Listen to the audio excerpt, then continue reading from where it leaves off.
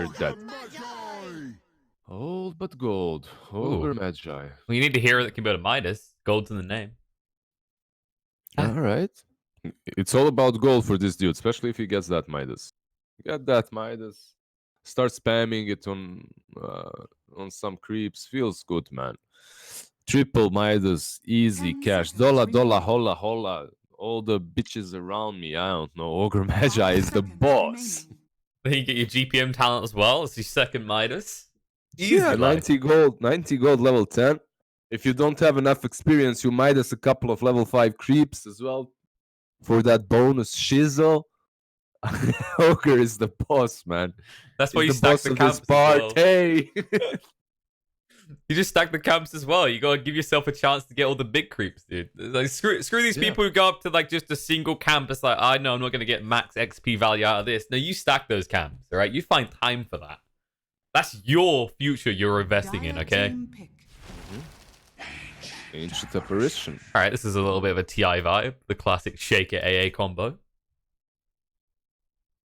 You know, one Peter, a TI. Maybe it could win HellRaisers a game against All But Gold. Against the veteran HellRaisers CIS. and All But Gold definitely looked like the weakest teams yesterday. Like All But Gold looked fun. They were playing. That's how it looked like. They had some very weird strategies, and they played versus Virtus Pro. HellRaisers, they played against J178, I believe. They lost quite convincingly. And they have these stars, like these streamers and whatnot. Like they have this Aloha dance, you know, a super popular Russian streamer. When he's not banned. But it's not enough to win your games. He was doing quite a lot in the series that they played yesterday, though. But like they win their lanes. It's the classic. It's the classic situation in which high skilled stacks find themselves in. Like you win your lanes, you outplay the enemy because you're playing 12 games a day or whatnot. You're just better. You're faster. But then after that, when it's all about transforming your lead into a sensible strategy that will lead you to a victorious path, you go astray and you find yourself lost in some forests of ganks and failed dives under tier trees. So hopefully HellRaisers will find the right path. Jesus, show them the way. Well, we don't know if they're a supporter of Jesus, but they are definitely a supporter of coming back from the dead. So maybe they are actually. It kind of fits in. Well done there. But no, it's. Are you calling Wraith King Jesus? I mean, okay, Jesus resurrects. Does Wraith King also not resurrect? He doesn't wait 3 days, but he waits what, 3 seconds? That's close enough. But the thing that is interesting you mention is they really are very good at winning their lanes, but it's literally, it feels also like the typical, we won the lanes, there's no way they can win the game motion as well, right? And this is another hero that causes this kind of crap all the time. Monka's King. You win your lane, and then like, we can just sit back for 20 minutes. The enemy won't do anything to try and get back into the game because they never do in my pub games, and then all of a sudden you're staring down the barrel of a shotgun. Didn't they play Monka's King yesterday as well? They did. They had lost versus the CK, right? Yeah, eventually. It was the Ember on the lane, and Ember got complete dumpstered, died, Monkey King built a lead, and then they threw it when they dove the tier 2 bot. All But Gold is going to pick. They're going to pick Ember, you know? It always works against HellRaisers Monkey King so far, statistically, from what we've seen. Oh, wait, no, they banned Ember. Oof. They need to pick something as strong as Garrett Bateson, the Master of Universe. They need to pick something as strong as him to beat this team that has Monkey King versus Centaur, because Monkey King destroys Centaur on the lane. Melee versus Centaur. Come on, bruh. But let's see. Oh my god.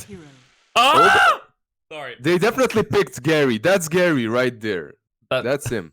Toxic. G, you see gold G? Toxic, it's Gary. He's throwing some suspicious fumes at you, you know, offering you some suspicious smoke.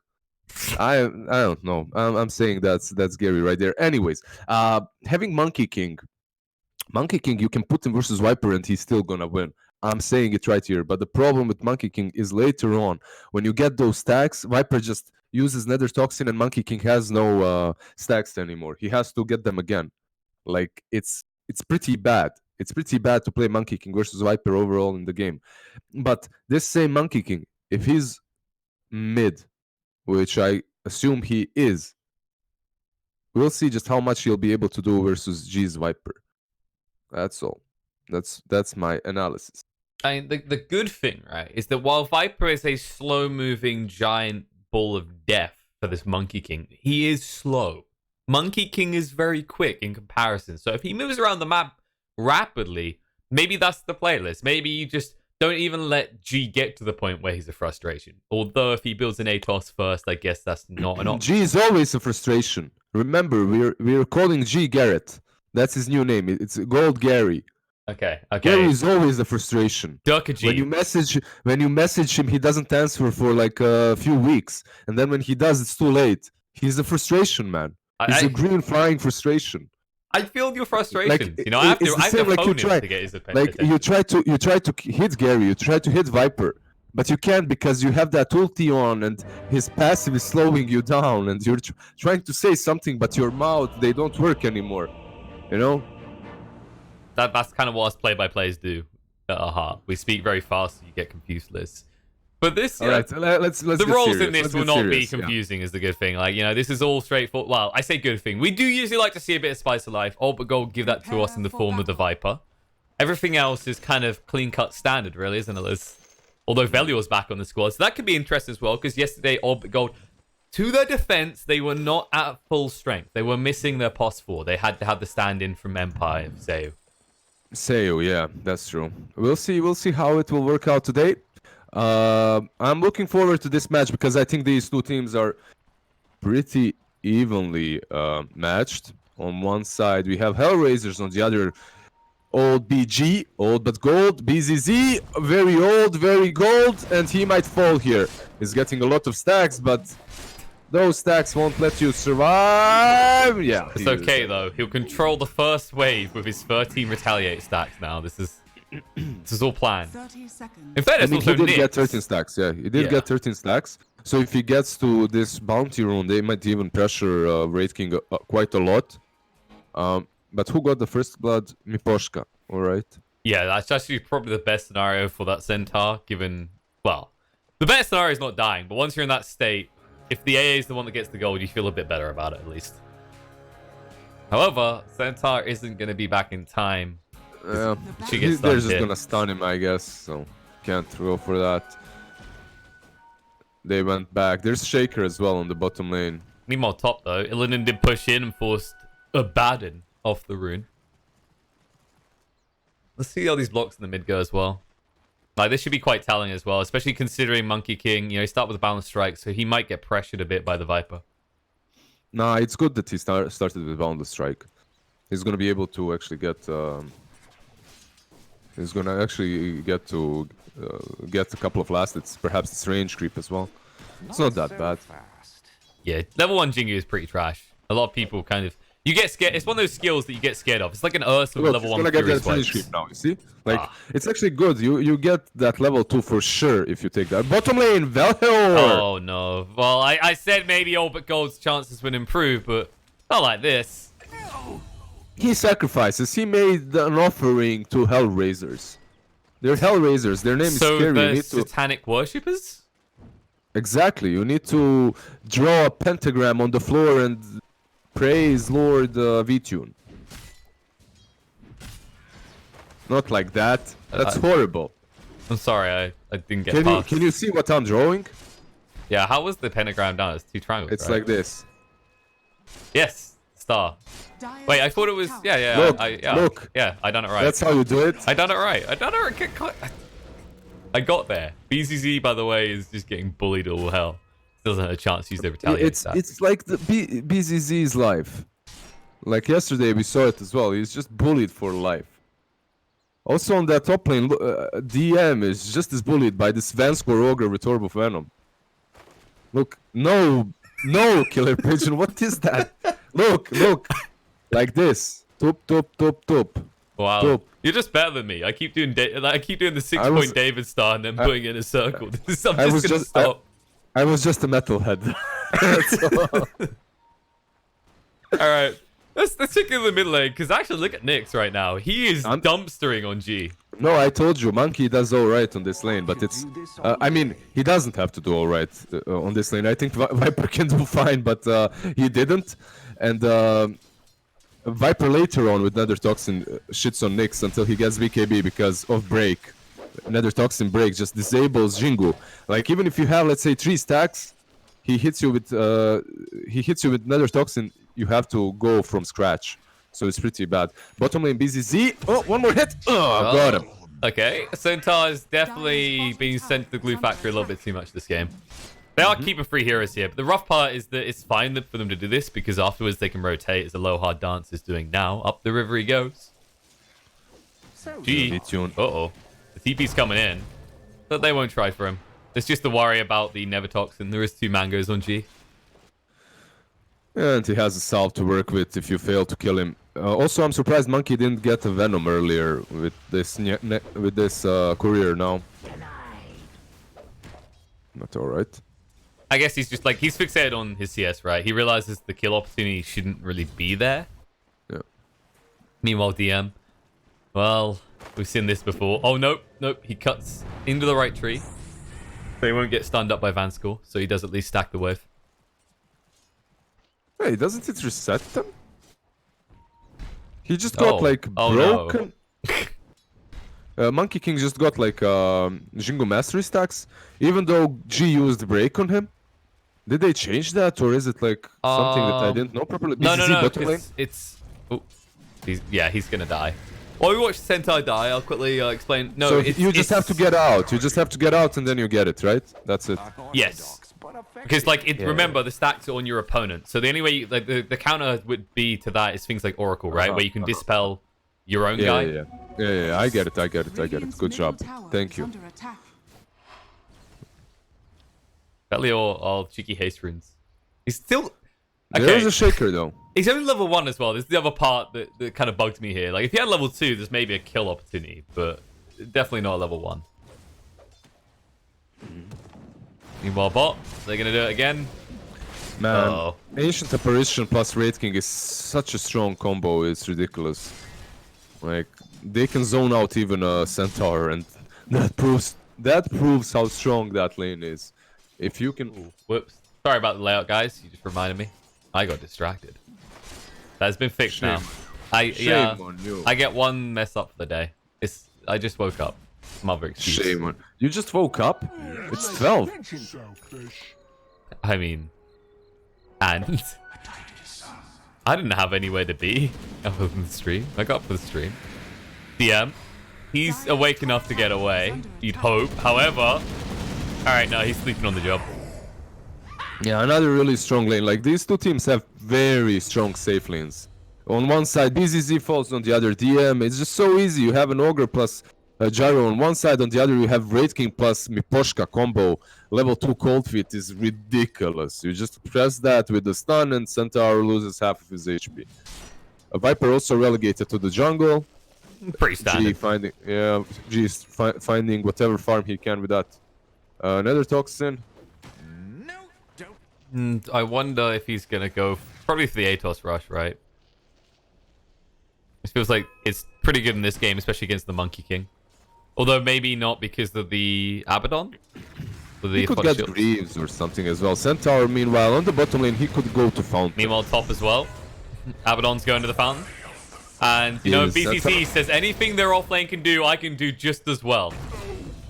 As he gets like just the tip of a low hard dance. DM and BZZ are currently in a sparring match to see which one can feed more. Right now, BZZ has fed 3 deaths more, but he's also got like maybe 20, 30 experience more. Meanwhile, Monkey King. Oh, he gets caught out. G was done farming in the jungle. He came back just in time to kill him without Viper Strike, by the way. Yeah. And wait, no, Velio wasn't. That was just a solo kill all out. Velio wasn't there for ability. Solo outplay. No, it was G outplaying. Solo's already at the minor. V-Tune, however, is going Skelly Bro crazy. Uh-oh, it's coming again. BZZ, this experience goes on and on, never stopping. He still hasn't used Retaliate once in this lane. Dire's structures are fortified. Radiant structures Still has those 13 stacks of Retaliate from the beginning of the game, Kappa. I'm kidding. He had them. With 7 minutes in, by the way, he just lost his tower. And now he's going to lose his life. Oh boy. The good news is on the top, they took the tower away. So this really is the game, you said it, of the offlaners getting punished and just brutalized in this game. Yeah, it's just both tier 1s fell. Mid lane is also a disaster. It's your classic CIS Dotes. This is what I came for. This is what we want. Blood, death, and destruction in the CIS region. As HellRaisers bring hell to All But Gold, and All But Gold melt them into... I don't know where I'm going with this. I'm done. Silver. But, they melt them into silver because gold is stronger and better. Well, not stronger, but better. No. They do that golden face on them. You know that way of torturing people? Like you pour a mask of gold, yeah? Oh, okay. Like Crassus from the Romans, where they pour it inside him. Exactly. Or Game of Thrones. Yeah, there you go. That's the reference all the kids will get. They're like, who the hell's Crassus? Sorry. It's just Illidan's a lot more civilized than the rest of us. And he's doing pretty well. Crown already. Did you fix the overlay? You did, yes, I have. It's 5-minute delay. So it happens. Apologies, folks. We got too excited. We have this kind of relaxing effect on each other. Hence all the talk I don't know what chat is on about. I see the score. But I'm also 7k MMR player. So maybe that's the thing. You just saw the future. You already knew this was coming. 7-3. Now you're 10 minutes in. I feel like there should be some more kills, and there might be soon. In the bot lane, BZZ is in trouble again. Now he's out of trouble. People are gonna hate you so much for F10k. F10k? Whoa. Yeah, first 10 kills, you know, those bets. Oh, I just checked what F10 does. I've never seen that before. Does Broadcaster toasts? F10? Broadcaster's toasts. What? Enter toast text. I'm gonna stop. Like this is not the time to discover something new. I've never seen that before. I have seen it. I mashed my keyboard multiple times before to see it. When you're looking to fix your fog, right? Yeah, exactly. I've seen it all, bro. Things are calm at the moment. No one really getting too aggressive on either side. V-Tune has got his Midas online pre 9 minutes. He had it. And that should kind of really tell you how bad of a game BZZ has been having up to this point. If it wasn't obvious already by 0-7-0 and only 20 CS on the center. Top. V-Tune. Okay, he feels himself a little bit too much. Vanscore isn't dying, and he's actually going to blow his ultimate. Illidan should be able to back away. They're happy with that. On the other side, Monkey King goes down, and a lower dance. He'll try for the TP away, but the damage is too much. G is actually making up for the rough lane that BZZ had.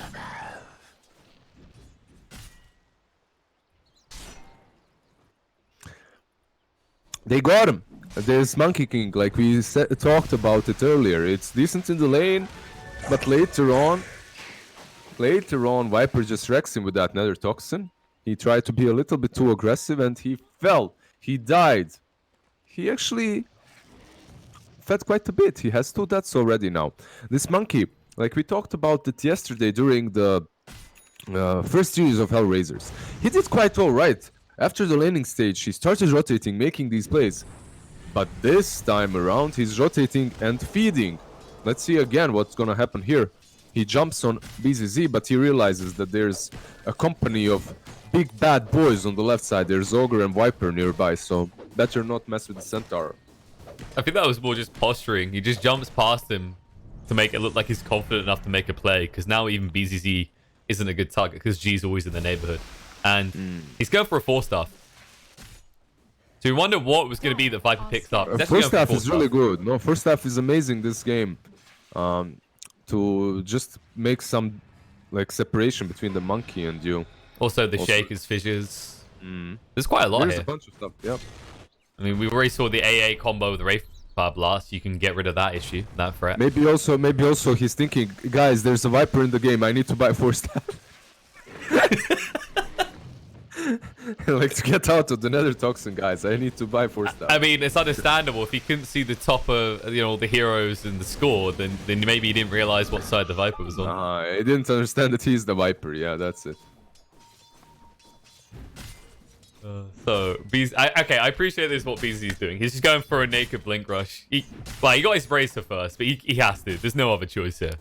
You've been pummeled way too hard. Is under attack. Meanwhile, net worth V2 is starting to build that lead at the top. You'd expect that with the minus on him. Gyrocopter, he's got the drums, so he does need to start getting active, and they are moving for the bot tower. Dire's structures are fortified. It looks like HellRaisers are going to let him have it. This isn't the super aggressive HellRaisers we've seen. I mean, they started off well by beating the crap out of Centaur, but since that moment, they have had to calm down to a noticeable degree. Yeah, they're just chilling. They're taking this tier 1 on top lane. Oh, Abaddon? Abaddon is broken though. He realized. So he has to be careful, yeah. Yeah, he realized he has to press a button. V2 doesn't have his reincarnate still, and they'll actually find Abaddon as well. They do get the tower at least, but it costs them 2 big kills. At least, All But Gold can't make anything out of this. They got 2 kills, but that's it. They can't transform this into some sort of push on the top lane, and also on this bottom lane. If HellRaisers understand the game, they should instantly port bottom and perhaps try and get a kill on this gyro or something similar as once they respawn. As there were 3 ports used for top, these guys can't rotate back to bottom easily. Yeah, your Shaker is waiting at the ready. He's halfway towards his Blink Dagger already as well. That's going to be a huge pickup for them. And meanwhile, Nick's getting ever closer to having his Echo Saber online. He's realized, actually, I'm getting the crap kicked out of me. I need to get this crucial item before I start making plays again. It's just still worrying because G will once again just press Never Toxin on you and on the ground and make sure you can't even do anything. So BKB, sooner the better, Nix. But I guess not too soon because you know that V2 isn't ready to fight yet. He is making decent progress towards that Radiance already, though. Probably like an 18, 19 minute Radiance at this rate. Not bad, not shabby, not too shabby. Now, where do you expect there to be a place? Because you mentioned Gyro bot, but they're finally moving down here. Is this too late? I feel like this is too late. You've given them a chance to start to regroup, right? Like this play should have happened a minute ago. A minute ago, but it's all right still. Like he's hitting his timings. It's not horrible. This next bounty rune fight might show us where the strength lies in which team at the moment, but it looks like both teams are quite satisfied with just chilling and taking 2 each. Vanscore going bottom, and Centaur might pay the price on the top lane. BZZ again. Let's see. He's got Stampede this time. Velio tries to protect him. He says, why haven't you pressed R yet? Oh, no, he didn't get the Ice Blast. Miposhka was quick on the fingers. Ice Vortex is all he'll get. Chased down though with the Stampede onto DM. He's already used the borrowed time. Aphotic Shield to try and escape, but they're still chasing. They activate the drums of war, but now Gyrocopter's maybe in a little bit too deep. The Never Toxin will protect him against the big fat crits. The Wraith King though, and the 4 stuff doesn't get Gyro out. Oh no, the Fissure will run out in time. Wukong's command goes down. BCC may be left behind. The stun's on the side. V2. His Reincarnate's going to be blown. They had to use the Echo Slam as well to get that. They did get the Gyro as well as Nick tipped onto him at the end. I mean, it's classical but gold play right there. They have some plan, and it's a good one, right? The Centaur can take the bounty because Rubik had a Photic Shield stolen. So he's just going to shield the Centaur if anything bad happens if they try to go on him. And then they can take the bounty and move back. But instead, All But Gold is like, yeah, we outplayed them. Let's roll over them now. You know, they try to go for it. They try to dive the shrine, to dive the high ground, and obviously they pay the price. Illidan is the one that falls immediately after BZC. However, nice attempt at a dodge by Nyx. Oh no, there's too many Rubiks. One can change the game, but when you bring this many in, Monkey King dies. Monkey King as well, it's not really the perfect performance from him so far. Usually when you're playing this Monkey King, you need to be getting a lot of work done in the mid game after you win the laning stage. But this game is difficult for him. He needs that BKB as soon as possible, or Viper will just be messing with his Jingu stacks time after time, just with the Nether Toxin. Like, you can't actually fight them at the moment unless you're finding pickoffs. A good pickoff would be this gyro on bottom lane, but this gyro is killing Aloha Dance. Aloha Dance, who was most likely preparing himself to go on Illidan once the Monkey King has respawned and bounced bottom. It's like you can see these plays, but they're making slight mistakes on the side of HellRaisers. No, Aloha Dance pops to the bot lane just to ask Illidan how to get to a miner, and Illidan obliges as he gets ever close to that Ags. Just over 1,000 gold left until he's got it online. It's going to be a pretty decent timing. Like, they're matching kind of hit for hit and blow for blow what you're getting on HellRaisers. Like, V-Tune almost has this Radiance, but there's a concern about the impact you're going to have at this rate, considering G is also going towards an Ags next. And only 1,000 gold out. Against this lineup, that could actually just destroy their ability to kill anyone. The other big thing to look at, Shaker almost has that blink, but BCC already got his. So, initiation is online and can be pretty clean for Old Gold at this stage of the game. Of course, but it's the difference. Shaker is a position 4 and Centaur is your offlaner. You know, that's the big difference here. Yes. Shaker as a position 4 will have that blink dagger, while Centaur he has bracer and blink. The problem with Centaur when you go for a build such as this one is that you never scale. Like, you get this build and it's so slow for you to get anything afterwards. Like, it's really difficult. It's usually a big part of what happens to Centaur, right? It's like maybe you get a pipe, but the moment you get a blink, your gold intake tends to fall off because you're just always looking to jump people. That's why usually Ags is kind of a stretch of the imagination for a long time, like in that mid game. We don't usually see it rushed often. B-Tune, he's going for the BK. Okay, so he's going to be forcing the BKB, but this doesn't deal with the Viper Strike. It's a little bit worrying, actually. I guess his fixation is they're going to try and kill Nyx instead, who is also going for a BKB. No, Nyx basically has to get that BKB because they will be trying to kill him, as he cannot save himself. There's no way. There's Abaddon, but Abaddon doesn't give you Jingu Masteries. Even with the Aphotic Shield, you are still affected by Break. So you're in a lot of problems there. It almost feels like HellRaisers are going to be fully reliant on Aloha Dance to get good fissures and Echo Slams, right? Because All But Gold, you know, it's got this 4-star from the Viper already. You've got Stampede on your side, and you're talking about Viper Strike against these 2 melee heroes, these 2 melee cores on the side of HellRaisers. A little bit scary, actually. You know, it's kind of like that idea. Is this smoke coming from Centaur? Well, they're going in. He tries to jump a monkey, but he doesn't get him. Shaker is there. Stampede will move away. They'll keep this is such a good position. This is such a good position from Ogre. This is how you have to be playing when you're playing this position 5 Ogre. You're just meticulously putting yourself up front and forcing the aggression on you, forcing that Shaker to go through you if he wants to blink on anyone else. And you're just a fat Ogre. You don't really contribute that much besides the Bloodlust. And if you die, you don't really care that much as well. So just the positioning from Vanscore plus the Stampede of Centaur obviously allow them to go back. Usually it's something that people don't appreciate from... oh, that clarity is so sad. The Skelly just respawns and takes the Ogre's clarity. Anyway, people don't realize just how much, like a few centimeters left or right on the map can make the difference. Mid lane, BCZ.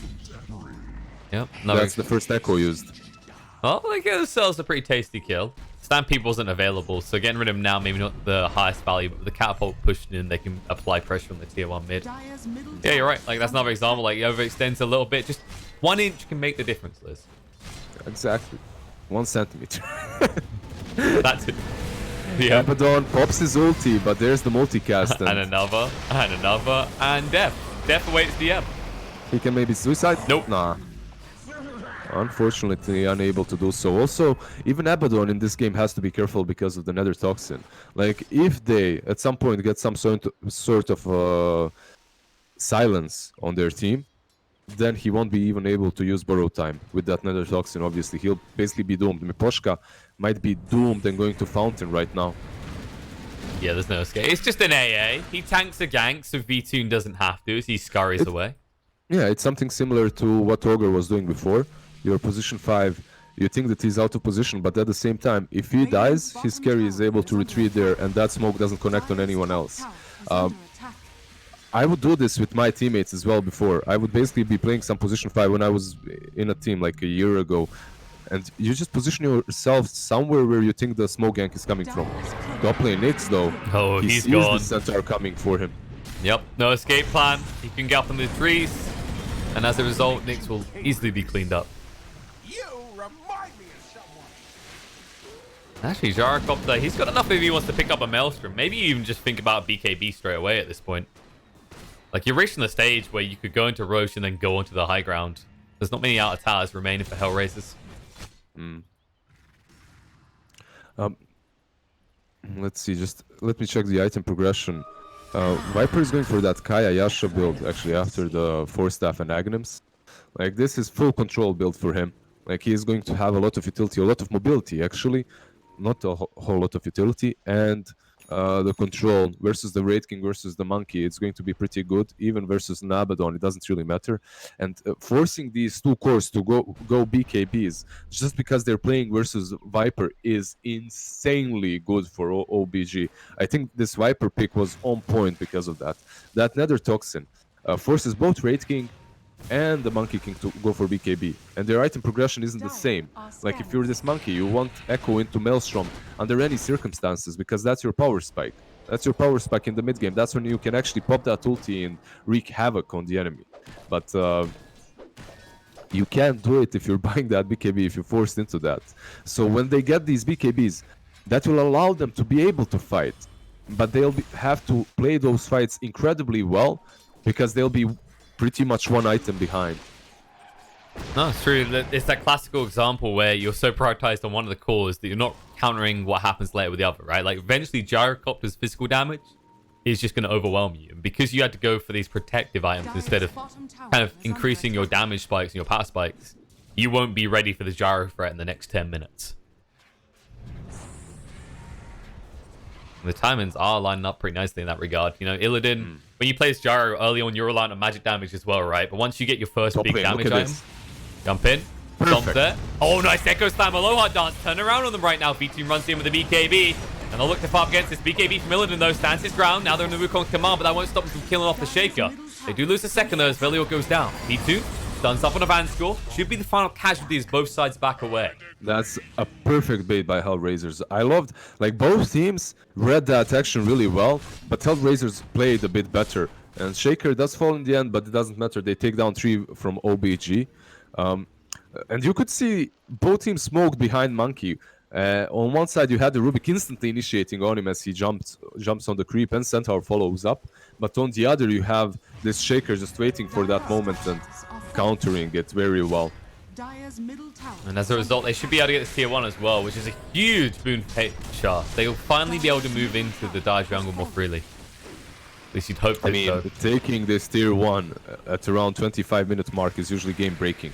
It's one of those strategic objectives that you have to take as soon as possible. That's why top lane, that's why Valkyrie might die. Velior's fine. They got a stampede to get him out. Oh no, he gets clipped by Mipochka. He should have just about lived, but Nyx, is he in trouble? BCC wailing away at them. She's finally joining the fight. The reincarnated Veil Wraith Kings, they need to be careful. They're keeping the Never Toxin though. Oh no, he can't afford to go down here. Goes down once. He's still kited out. BKB, Illidan will move away. They decide to let them go. They say, okay, use the big BKBs. We're happy again. We'll just back off. Shaker was actually thinking about cutting them off with a fissure there, and they were thinking about going in again and fighting them. But Monkey doesn't have a BKB. It's only the Wraith King that does, so they decide, yeah, screw it. Wait up a bit. We can fight again a little bit later. We didn't lose a whole lot, and also we need to wait for our Incarnation cooldown to come off. And also, you know, the Echo Slam. Just go when you've got everything available at once. Just throw it all in. There's no point trying to, you know, only use 1 or 2 ultimates here because all but gold are very strong at this stage. I was exactly. I was talking about the item progression of HellRaisers, but I didn't really take enough time to check the item progression of Gyro and Viper too, as these two guys have itemized in a very similar way to HellRaisers scores. Even though I don't think they had to, they also went for a very defensive and sustaining kind of a build. Like Gyro has Aghanims and drums into BKB. Like, it's a good build. It allows you to fight. You have a lot of damage there, but you don't farm as fast. And I believe this Gyro could be far ahead of anyone else if he itemized a little bit differently. but that's what they've got right now. You can see DM, the way he's positioned here. He's basically waiting to break a smoke, and he does. And they jump in. The Storm connects on a Wraith King, though. The TPs will begin. Shaker has the Echo Slam build. BKB on V2. Echo Slam only actually started up one in the end as a result. And now Shaker will go down. That was the Never Toxin. It screwed him over. It's good, yeah. Sadly for the Shaker, it didn't work out. There was a BKB also ready and available for Gyro. He could have popped that. He didn't. A small mistake there by the Shaker. I think he's a little bit too eager to counterplay them and solo win this game, which isn't going to happen. Poshka Poshka trying to solo defend his base and will succeed in doing so. Wasted that Stampede. Centaur just used it for no reason. Oh, this might kill A. He should just about be okay. We'll TP out just to be safe. He's fine completely. He needs to reach like 10%. It's level 1 ulti. There's no way he reaches 200 HP. He's fine. No, this is a pretty unleveled Miposhka at this stage. AA been getting kind of the short end of the stick. Hasn't died too much. It's just he's never able to get close enough, and they haven't been finding those high value kills. A long time ago, the way you play AA is you basically just go on one lane and you farm it and you fire every now and then, and that's it. A long time ago when I was still playing, and that AA was my best hero because you didn't need skill to play. You were just chilling on a lane, shooting a couple of AA blasts here and there. I'm kidding. Well, but the skill real, of all the ice blast. Come on. The hero was pretty simple to play, and because of that simpleness, you would get a lot of levels. You had a good XPM as you're constantly out pushing the lane, and if you die, you die. However, right now, this is the way you have to itemize and also play the same. Poshka is doing it well, but sadly, you aren't getting enough levels out of it. You're always moving with the team. You have a couple of bracers perhaps to help you live, but you're still level 11 at this point. You're still usually the first one to go down, especially when you consider there's things like Centaur and the other team that can break the back line quickly. Oh man, Gyro is actually doing... Nyx force stuffed away. That's BKB. It should be fine. They have everything. HellRaisers can't fight this. HellRaisers are hanging around a bit too long here. They need to be careful. They don't have that Echo Slam anymore. It's now coming off cooldown, but need to be careful not to jump into any pesky Never Toxins next time. Illidan is going for such a passive, sustaining build. It's crazy. No Maelstrom, even after Aghanim's BKB. He's going for a Reaver, which possibly means Satanic next. I'm wondering if this will work out for them, because I'm afraid they will lack damage. I guess he has Bloodlust from Ogre, so that amps his DPS up a little bit, but... It just feels like right now, if you at this rate, if you kill G, there's just no damage to kill HellRaisers. Top lane. Side. Ogre in trouble, Blink in, and Viper Strike will go out, but these 4 staffs are countering the Viper. His time as king of this map is passing quick. Yeah, usually you just buy a couple forces versus Viper. That's what you do. They only have one on the Shaker right now, so if he plays it right, they won't be able to constantly mess with him. 3 bounty runes should go to the side of... No, 2 for 2 it seems. Belio even grabs a haste, but that won't save his life. That was a pretty confident move, shall we say, from Rubik. Yeah, and 3 for 1 bounties, I was wrong. As HRDM, he got the 2 runes on top, and 1 was stolen on the bottom lane. So 3 for 1, very good for HellRaisers. It's a 30-minute bounty rune. This one is pretty big. It's a lot of gold given to HR. DM, he really wants to go Roche. V-Tomb will oblige his request. It should be pretty quick, actually. AC, Curse of a They bonus. have lads, AC, yeah, they hit so hard. This game looks pretty good for HR right now, especially if they get the Sages, but Gyro might rotate in and just use cooldown. Let's see. Yes, He's no, coming around. They're backing away. They're backing. I mean, I don't see this often. I don't see these plays often in Tier 1, in which team just runs into the pit without smoke, without anything, and they just try to take it, even without one core, like Monkey was on the other side of the map. However, what I think they're doing here is they're forcing all but gold to respond and fight them. That's the only thing. As it would be stupid to expect that you can go into that pit and take it without anyone checking it. Maybe that's the case too, but I doubt it. I think the plan is we have everything we need to fight, but we don't have a smoke. Let's force them to come to us, and they have to do it around the pit. It was something Liquid used to do so well, TI7, I believe. Like, I used to learn from them a lot the way they played and the way they strategically moved around the map to try and figure out the game and try to figure out what the right strategic approach to Rosh is. Back then, taking Rosh 2 was like game winning. And the way they played around it was magnificent. They would always bait you in like they would bait you in around the pit and fight exactly where they wanted to. Like it's crazy.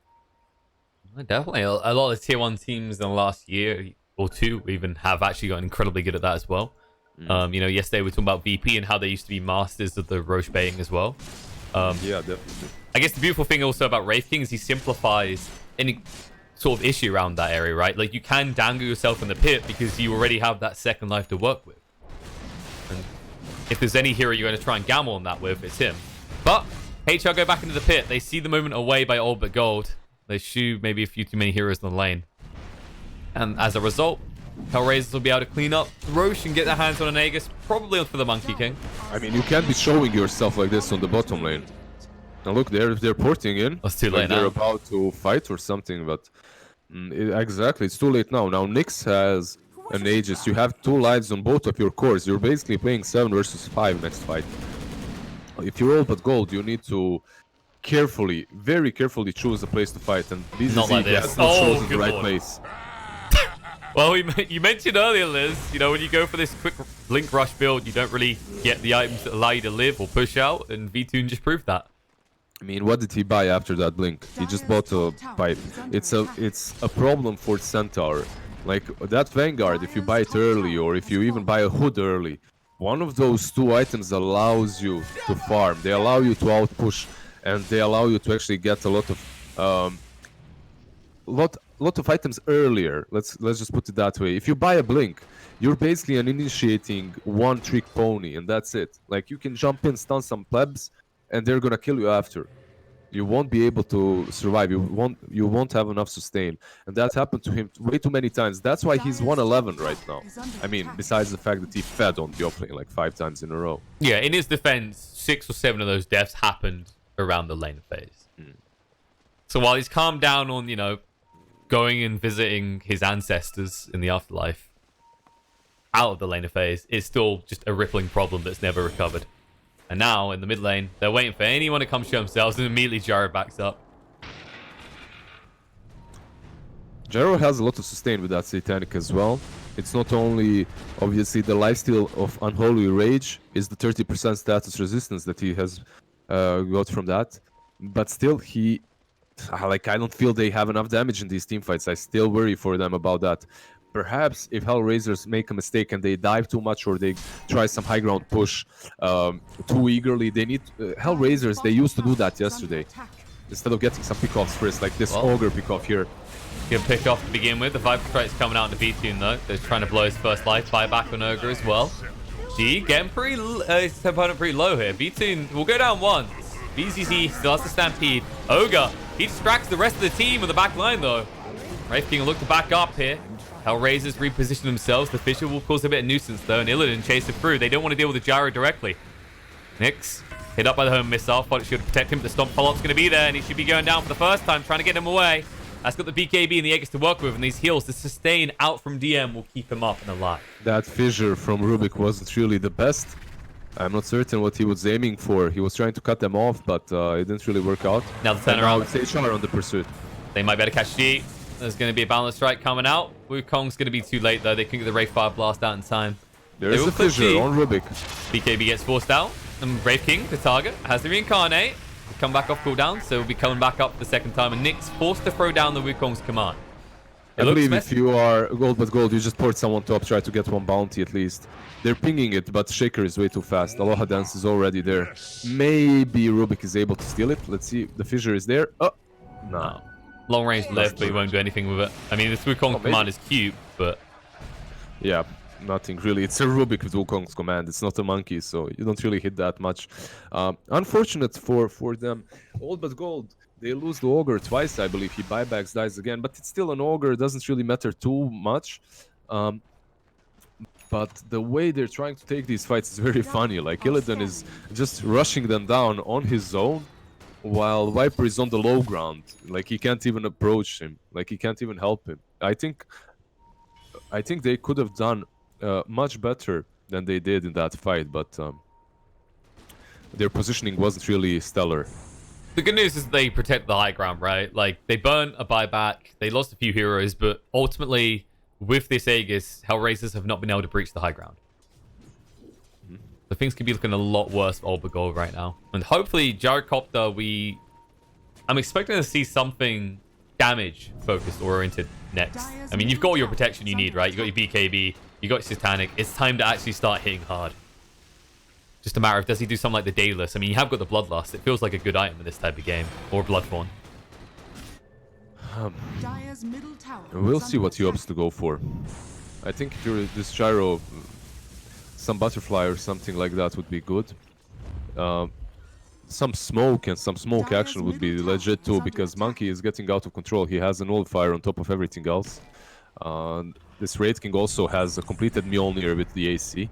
But you saw in that last fight, they are able to take them down. They're able to take them down as long as they're not kited too much. And that's where this Stampede has to be very crucially used. Like, you have to use it in a crucial moment. You can't just whiff it at the start or the end of the fight. We'll see what they can do, because they're actually breaching the back line at the moment. If they catch A up first, that's a perfect opener into HellRaisers lineup. But they're actually a little bit too scared. They only have very limited vision in that area, so they're not willing to risk going up into the high ground semi-blind. It's because they were trying to find someone in the Radiant jungle, and this is like, I can't describe how silly these moves look to me.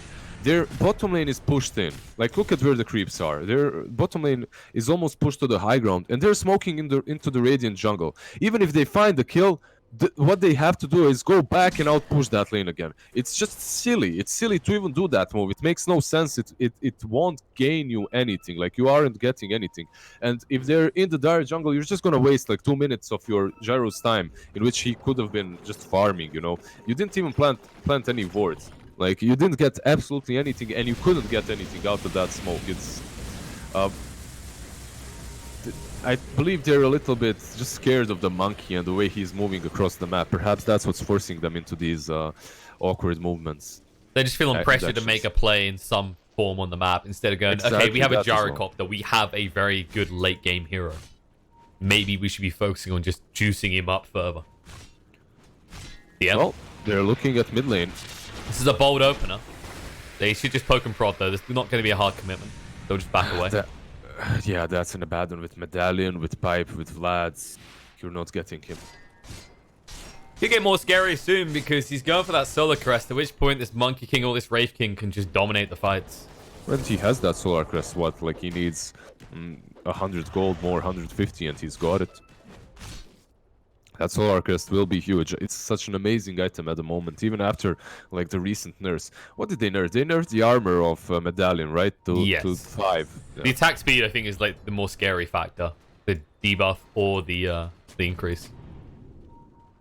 It's just most people in their pub games don't realize it, you know, because they never use it on an ally. Dire's middle tower is under attack. But especially when we talk about Wraith King with these big crits, with Simway you can do 700, 800 damage per crit. Even on a Centaur. The important part to highlight there. I mean, not really the tankiest Centaur ever. Let's see. Ice Blast, Nullifier. Gyrocopter in trouble, needs to move away. Doesn't mean he can't use the Satanic now. He gets hit out by the Ice Blast. On the side, Stampede, however, BZZ runs himself into trouble. Nice stolen Ice Blast, does connect, and BZZ will stay alive. Vanscore should be able to escape as well. Dusk Reveal on the V-Tune. They want to try and get him down once, and Illidan with the BKB activated, he might just do that. Reincarnate has been popped. Illidan's BKB is running out, though, so he has to back up. Never Toxin on the ground again. V-Tune controlled up. Echo Slam comes in, but no. Once again, no stun coming out. The Nullifier follow-up's enough to make sure G still falls, but the buyback comes down. Aloha Dance being chased onto by Illidan. Won't let him get away. Fissure blocks off the escape with the Monkey King and of Abaddon, and it looks like they might get both. Nyx trying to get out. The Glimmer Cape will keep him protected. And the Nullifier. Will they get any? That's the question. They won't get either. They only get Monkey an Undead escapes. Lord. That's all they'll get in the end. V-Tune dances along the river, gets out, and Monkey King just too elusive. That fight could have been so much better for them. And Viper also bought back. It's such a difficult situation for All But Gold right now, because they just got played. They got played hard. And Rubik did well there. He stole Ancient Apparition's ulti, which isn't something that should ever happen, Ancient giving away his ulti. But Rubik finds a way. Valhor played that really well. He finds a way to steal it. Then he steals a Fissure. He brought so much control and damage to that fight. But what did they manage to do? They managed to kill one Abaddon and take one life away from Wraith King. That's about it. A little bit worrying. It feels like Albert Gold, you know, we've seen what they can do there in that fight. There is a level of sustain that is pretty scary, potentially, for HellRaisers.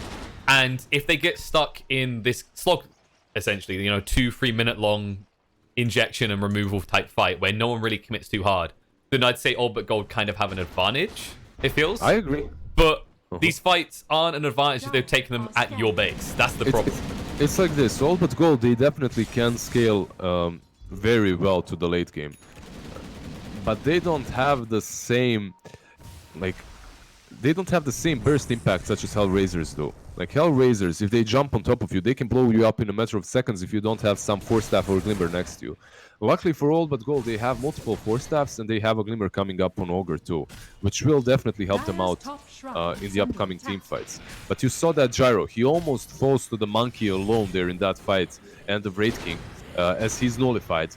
But Viper forces him and it changes the whole complete team fight. Now there's another rush and I'm wondering if Gold will contest this because they definitely should. They're moving across now. Not smoked or anything. DD gets picked up by Nyx though, and maybe one of those moments. B2 refuses to leave the pit. The Solar Crest is making this very quick for him. I mean, you see that double damage and it's one of those moments. Do I really want to fight the DD Too monkey? late now. The Fisher won't change it. Fairly will just make sure his teammates can get out in one piece. Well, now you do have big problems. And it looks like... Oh, Wraith King. He's going to go ahead and get himself a Moonshard. All the attack speed. But you might have an Ogre, but you don't have this sort of unrivaled attack speed on your Gyro just yet. Yeah, he just has that completed Moonshard, almost got his level 25. Probably going to... I mean, most likely going to take that Wraith Fire Blast on death, which is so good in these fights. Like, he can die once, AoE stun, ravage them, then fight again afterwards. And what? 2 heroes have BKBs. All but Gold are pretty exposed on the others. And you already mentioned the 4 staffs. Can't use them if you're busy being stunned up by an AoE Wraith Fire Blast. Not to mention the follow-up. Illidan mid lane. Illidan. Oh, he's fine. He's fine because he moved just in the right moment. There was a chance for Aloha Dance to force himself and fissure Illidan for sure. Like, he could have done it, but he opted not to. I believe he was super out of position. Some other team would jump him there 100%. Bottom shrine is under attack. In any case, pushing high ground isn't that easy versus All But Gold unless you get some pickoffs. They take down 2 shrines, but pushing high ground, taking these Rexes versus Nether Toxin on top of Gyrocopter, you know, it's not going to be that simple. I believe All But Gold, strategically, they just have to turtle themselves into this base, park the bus, you know, and just wait. Just wait the Aegis out, weather the storm. After that, you can perhaps think about using one of those smokes out to take at least one side of the jungle, one side of the map, and you can continue farming and playing onwards. Yeah, be Noah on the arc. And, you know, it's good you mentioned the Gyro and the Viper. They are quite strong. It's also, it's awkward to an extent for HellRaisers. When you think of heroes like Monkey King, their movements are predictable because there's so few trees, right? So getting deep with the Shaker in conjunction with him, and the Wraith King who does, you know, he's got a blink. It just feels like Monkey King, when you get into these high ground fights, is always going to be lingering behind, right? Yeah, but he does have that AoE at least, bonus AoE on his ult, so he can use that to just cover them while they're hitting the Raxes. But besides that, yeah, he doesn't contribute a whole lot. He also, at the moment, has an Aegis, so he could be diving in deep. Still, though, as I stated before, it's problematic for this whole team to go and fight high ground. There's a double damage rune on the bottom. Perhaps they will scout it. If they scout it, that might be the go time for them too. There it is. The pings come out from a posh guy, says, look at this, boys. And V-Tune is going to go gobble that one up. Decent amount of time left on the Aegis, so this would be the perfect time to strike. And also stay at buybacks. Gyrocopter was just short before when he was hanging outside the basement. Now he has it. We can play a Butterfly as well. His effective HP pool is getting a little bit ridiculous. That attack speed buff with the Satanic as well. It's crucial they hit him with the Nullifier. He needs another item, and that other item is probably a Rapier now as the last pick. He's most likely going to save for the buyback, obviously, first. But soon enough, if they if they manage to defend their high ground from the next onslaught of HellRaisers, he'll be able to even think about the Rapier. Mjolnir is an option, but I think it might be a bit too late for that. You feel like teams just are incredibly scared of the idea of Rapier nowadays compared to Not really, no. On Gyro, no. If you're playing Gyro, Rapier is not really as scary as if you're playing some other hero. Rapier on Gyro is like a normal thing to buy later on.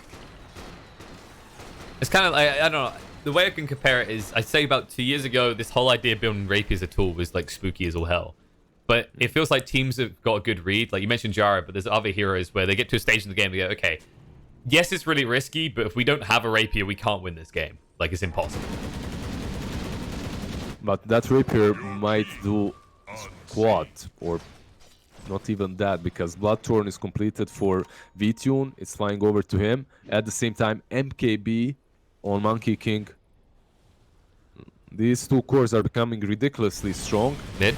DM, at the same time, might be ridiculously out of position as they send him to the fountain. Well, enough people will probably be sending question marks to his DMs as to why he was actually that far forward. There was no one nearby. Man, talking about DMs, when I used to play in some teams, not so long ago actually, even like my last stack, I would play some qualifier, like some closed qualifier.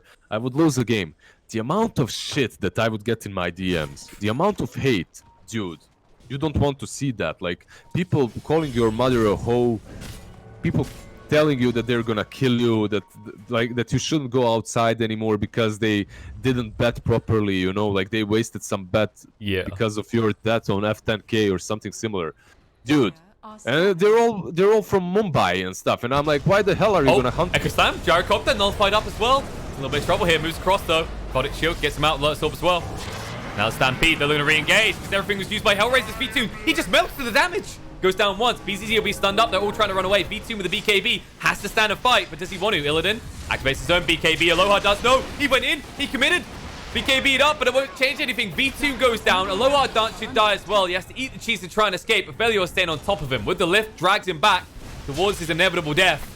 And what a perfectly done fight from All But Gold. HellRaisers maybe a little bit too overconfident with their initiation on Illidan. It's just the story of HellRaisers. If you remember them yesterday as well, they did exactly the same thing. They see a target slightly out of position, and they think that that target should be jumped on without any vision of the target's teammates. So they jump the Gyro, but he gets forced. Like, he's fine. He has so much sustain with the status resistance as well. DM. Buddy. Oh, pal. Dead pal. They have a Force and Glimmer if they want to use it on Boschka, but... See, he's like, I'm out. DM needs to learn his lesson, alright? He shouldn't be here. He has a buyback, so... they let him die. Miposhka at the same time does not. I believe that's the reason why he lets him die there. Meanwhile, but overall, what a great fight for gold. And there's DD on Gyro, look at that. Oh boy. Perfect. The patience paid off. Now as a result, they're going to try and punish HellRaisers, forcing the buybacks first of all, and applying pressure. Monkey King is still pushing on their base though. Vanscore is here to stun him up. He did get in the tree. Fissure as well, they ping him out. All stuff forward, but they can't find the right tree, and because they went back, the rest of All But Gold have to retreat. Weird little poke from Illidan. They actually could have potentially jumped him there, so that was pretty ballsy, considering they had Echo Slam again. But you won't be punished for it, considering that Monkey King was away from the base, and Wraith King, he's the other big damage source that wasn't there and available right then. Wraith King melts so hard there, and he's actually buying an Aghanims next, which is quite interesting option. That Aghanims is alright on Wraith King right now, because you can transform it, you can transmute it, that is, with the recipe, right? So you don't need an item slot, but you need a lot of gold though. They desperately need it. They're thinking about that gold. They're going up. They're not blind here. We'll stuff away. Illidan's going to be stunned up. Doesn't last long though. The home missile's going out. He is indeed blocked. Force Staff gets him out. The Fissure off the mark from Velio, but they can trap in GM. Forces out the borrowed time. These fissures are so awkward from the both teams. Like, on one side, the fissure blocks the Wraith King, so they need to force him. On the other, Rubik uses his fissures, so they separate only the Abaddon, but half of their team as well, so they can't pursue. Just these two constantly making X's to mark the spot on the map where they want to fight, but the fissures themselves causing all kinds of conundrums. But it's balance in all things, Liz. For every good fissure, That must be There a bad. must be a bad one, yeah. For every good rush, there must be a very bad one. This might finally be the moment where HellRaisers are punished for it, but it's going so fast. I don't think Old Gold thought this was going to happen. It's already dead. Glimmer Cape, ban score is protected. I think they thought they had another 5-6 seconds on that one, but Bloodthorn does the work. Who took eggs? I didn't see. They didn't give it a V-tune. Did they give it? Yeah. Shaker has it in backpack. Not a bad candidate. He didn't use it yet. He didn't use it yet, though. I think he's debating it because of the whole Nevertoxin scenario. While he does have BKB, does he get the full value, right? And he's using it now. He put it in his inventory. Yeah. He also has a point booster, which he will use for something else. No, I think Shaker with Agnes is really good. But it's something that I like to see rushed from an offlane Shaker, as it beefs you up and gives you a lot of mobility early on. I even like it more than a Blink Dagger early on. You know? It makes you pretty unkillable at that stage in the game. Like, you just have to have a team that can play around that, because you are admitting that your Shaker won't be your initiator for longer. Your team has to be kind of more calm and collected. They can't be running off for fights all the time. Speaking of fighting, Old Gold are getting ready. Look at this position. There's a really good spot here, yeah. But they're fighting into Aegis, into Cheese, into fresh Aghanim's on Shaker. Yeah, but I believe they can still take a solid fight. Monkey King isn't here. And he doesn't have travels. The pings coming out. They see Gyro. They want to go on Illidan. This might be their mistake. What? Echo Slam, jump in. Glimmer Cape, though. Aloha Dance. The bot gets himself out with the BKB. Going up the high ground. Illidan's feeling confident right now. He wants to target. The missiles flying on V2. Illidan's so fast. Needs to be careful. Jumping in. Nullfire's going to come out. Gyrocopter melting in the face for the damage. He gets a bit too overconfident. BCC will now selfishly use the Stampede to escape, but the Fissure will stop him. Creates a thin lane to move through, but BCC being slowed down. Glimmer Cape will protect him. Jump in straight away, but Monkey King goes on a Velior. Doesn't even care about the Nevertoxin. Viper Strike won't do him afterwards. Ice Blast through doesn't connect. Gets whiffed. But 2 big kills. Rubik's gone. Gyro's gone. They do have buybacks, or at least Gyro does. Can they force it? It's so interesting. It's just so interesting to watch these two teams chase each other. Like, you can see it from distance that it's a bad chase. Like, and I said it could be bad. And instantly it is. Gyro is forced to buy back, but perhaps they can do something here after the buy. No, they can't. They just have to def. They just outplay themselves, Old but Gold. Perhaps if that Centaur used the Stampede earlier, you know, without thinking, so that they can catch a target. But no, they saved the Stampede. They tried to just run them down with Gyro. But it's obvious, like, if you're so up ahead as Gyro, they will shut you down. There's a Nullfire. There's a few stuns. They'll kill you. Very unfortunate for them. It's a bit of a conundrum as well, right? Because Gyro is already moving at 549 movement speed. So, like, the difference in speed isn't really there. Hence, I think that's why he didn't use the Stampede to try and protect Illidan. It's because it wouldn't have made any difference. Gyro was going as fast as he was ever going to get. Wow. Get 6 more movement speed. He actually went for Skadi next, like... so more tankiness. Yeah. Some slow as well versus melee cores. It's not bad. I prefer against, like, ranged lineups now, right? With the changes. It's just so powerful against them because they did make it less overwhelming for melee cores these days. But Gyro's like a rare exception because of how fast he is. Like, that difference actually matters. You look at Wraith King, 403 movement speed. You know, the Monkey King, when he gets his ass out of a tree, 352. Because he can't hold his boots right now. Anyone confused? He's still about the same as a Wraith King. Even then. Speaking of him, poke and prod. He's just to block him off, and Velior's going to steal it again. Very long fissure. I don't know, man. Velior with these fissures. Oh, well, he blocking Poshka, but they didn't know that. And he also has a force, so he could have saved himself. Rubik fissures are pretty intimidating, you know? Every time Aloha Dance sees them, he has to admit the Velior's is definitely longer. That is cutting off a lot more routes, potentially, for HellRaisers. This match has lasted 55 minutes. Does it feel to you that way? It doesn't feel, right? It feels like there should have been a lot more going on. It feels like it in certain ways, in that you kind of look at it, it's like a lot of the cases there's teams dodging each other, or one player just playing too far ahead and the other not getting punished. I don't know. For some reason, I still find this match very interesting. At least right now, they're all buying Aghanim's blessings, or they already have them. Like, Monkey King has one, Shaker has one. A should buy his egg soon, I suppose. To Wraith King about to have his delivered, I believe, right? Yeah, he has Aghanim's blessing delivered to him too. On the other hand, how many Aghanim's blessings do we have? We have one on Gyro. We have an Aghanim's on Rubik. Aghanim's on Viper. Ogre, poor old Ogre. Already just with Glimmer Cape running around. He'll be happy when he can afford a 4-star plus buyback, all right? That's his gift. But no, I think you're right. Like, it's getting quite peculiar. Both teams are giving each other a wide berth 80 to 90% of the time, right? That's how it feels. They're very, very, very rarely punishing each other.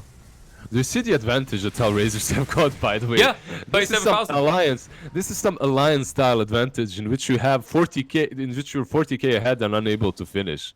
Old school alliance, by the way, with Insania.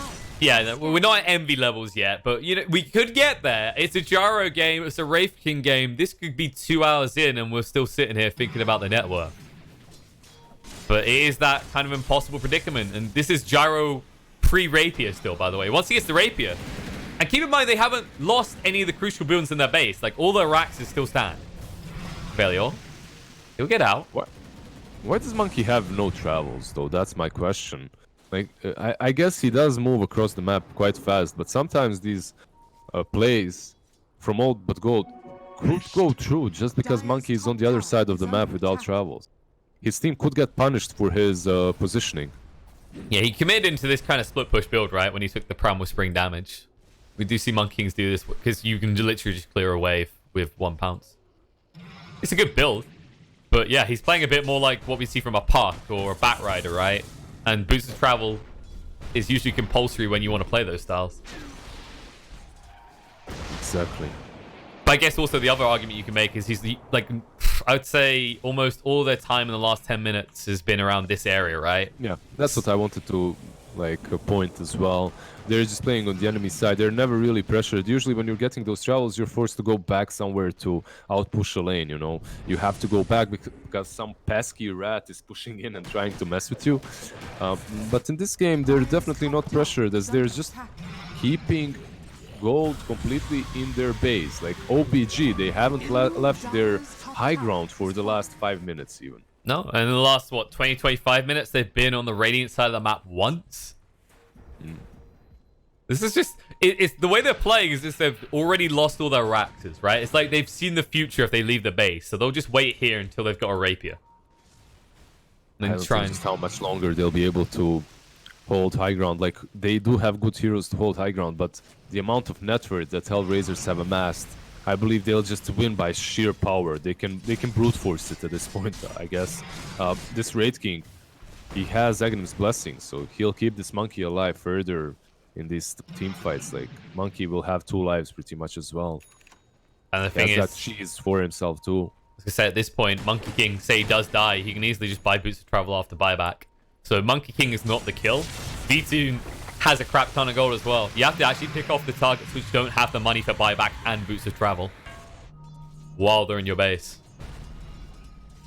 And the problem is a lot of these heroes are now elusive. You know, trying to kill DM off quickly unless he's very far out of position shouldn't happen. The Shaker having the BKB and the Aghanim's blessing, he can easily just escape any moment he wants. AA, probably the most vulnerable, but usually babysitting one of the other cores. So far, HellRaisers just slowly starving them out. This isn't as much a battle in the middle of an open field as it is a siege of castle. And now jumping Gyro. Lotus protects him. He's still holding that BKB. V2's going, what the hell just happened here? Fishes are galore. Don't want to commit hard onto a Wraith King. They do get a poke and prod at Nyx for a moment. Found the strike. Throws down the Wukongs. Now the Ice Blast through. Jumps in. Vanscore melts in the face of the damage. The Stampede cannot get the Ogre away. Now they jump in. Can't find Velior though. He's busy. That's definitely not enough. That's definitely not enough. They just used an 80-second cooldown from Monkey King and a BKB on Shaker to kill an Ogre. They won't push. So we all lose, chat. We lose. When these kind of engagements happen in which only an Ogre falls, we lose. We don't see a closure to this game. It's probably... We continue watching it. Probably the only example of play in Dota where killing 2 people doesn't result in something. By the way, here's the other big threatening factor. They don't want to push in the base. Oh, Valior? Hello, Dance? Hello? Wrong base. You need to leave. Goodbye. Maybe next time. Aloha Dance just a little bit out of position, I guess. But yeah, I was going to say, they really don't want to push in the high ground. Clearly because this Rubik Aghanim's Wukongs, by the way. Double damage on Wraith King though. If he jumps this gyro on bottom lane, they don't have vision. They only have this clip forward on the right side. They might jump him. They might jump him here. Let's see. They need to stun him with Balance Strike first. Nope, they jump in. Stance comes out. Pistol as well. Whoops. Like, what are you doing, Illidan? Like, I don't get it. Like, he's so patient. He's so patient. He's been in his base for the last 10 minutes. For the last 10 minutes, they played everything right. And now he goes so far without any backup. Like, there's a centaur, but even that centaur isn't close enough. He doesn't have axe, so that can't help him too. This is like the third time I think that Gyro just goes far out of position and he gets punished. And now I believe they will try to force his buyback. I would do it. I would try it. There's 90 seconds without Gyro. A little bit reluctant. There is one variable that maybe threatens them a bit, which is that Nyx doesn't have buyback. So they might wait to get that 400 gold and just stick V-Tune in probing at the racks in the meantime, because that range rack is gone. These Skelly bros are doing a lot of work at this stage in the game. Yeah, plus 30 skeleton attack damage, double skeleton spawned on level 20, and Wraith King just takes the Raxes with only them. It's a perfect game to get away with it. There's no mana burn at all on all but gold. That was the big conundrum as well. Usually Wraith King, he doesn't think about the Skelly build because, they have a diffusal builder, but that's just not the case. Look at this. Look who's back. Roche is back. With a tasty guys, cheese, not again. Aegis, Aghanim, and a refresher shard this time around. Bro's just like, 1v1, let's do this. And then he realizes it's not a 1v1. So who gets the axe this time? Slacks. Who's left? I just imagine Slacks now with VR, you know. Oh yeah, it's slapping quickly, right? Or Tsunami. Oh. I guess Slacks more embodies our kind of stereotypical view of how we'd look in a fight. Aghanim is completed on Scent, so that might help them in these next couple of fights. That damage reduction is pretty good, but Refresher Shard is picked up by who exactly? Where is it? It's on AA. It's on AA. I think he's just the courier right now. I think so too. It's not really the greatest Refresher Shard. Like, your ulti is 40 seconds cooldown. You truly don't need that shard. I'd rather give it to someone with the BKB. Wraith King or the Monkey. You give them the shard so that they can use it twice. Yeah, there we go. He actually just transferred it to Monkey King. I guess this made me not for it if you get the cold feet AoE, right? That's the one time where it's like, doing through these would be good. Wukong's, Nyx gets interrupted. That's the backup. They throw a Viper Strike on him. Low cooldown. They're just trying to waste HR's time and stop them from getting the big melee Raxes. Working for the moment. Gyrocopter, there it is. We're waiting for it to happen. It's coming. It's coming. It might be too late a little bit, but at least it's coming. 50k ahead, by the way, HellRaisers. Keep stacking up, but this could be the flip point. Like, they have to catch him in his own base. You know, let's keep in mind, each time Illidan gets caught is when he's out pushing a lane he shouldn't be in. But when he's been in his base, he's been nigh on unapproachable for HellRaisers. So what you're saying is we're waiting for HellRaisers to throw so that Illidan can be cocky and go outside of his base so that they can kill him. Yep. And take Rapier and end. That's what you're waiting for. All right, I see. I saw that scenario so many times. But the scenario I'm seeing is one where Illidan will not leave his base until he's got the gold for buyback and a second Rapier. I wouldn't be surprised. And then we just get a never-ending game of Dota that just feels a lot like a rallying game in tennis. Illidan, there's a lift on the Monkey, but instantly the shield is there. They definitely know about the Rapier now. Sorry. Careful. Low ground. We talked about this. They're in. Wukong's. That's a big Wukong's as well. The steel's going to come out. Wukong's going to return.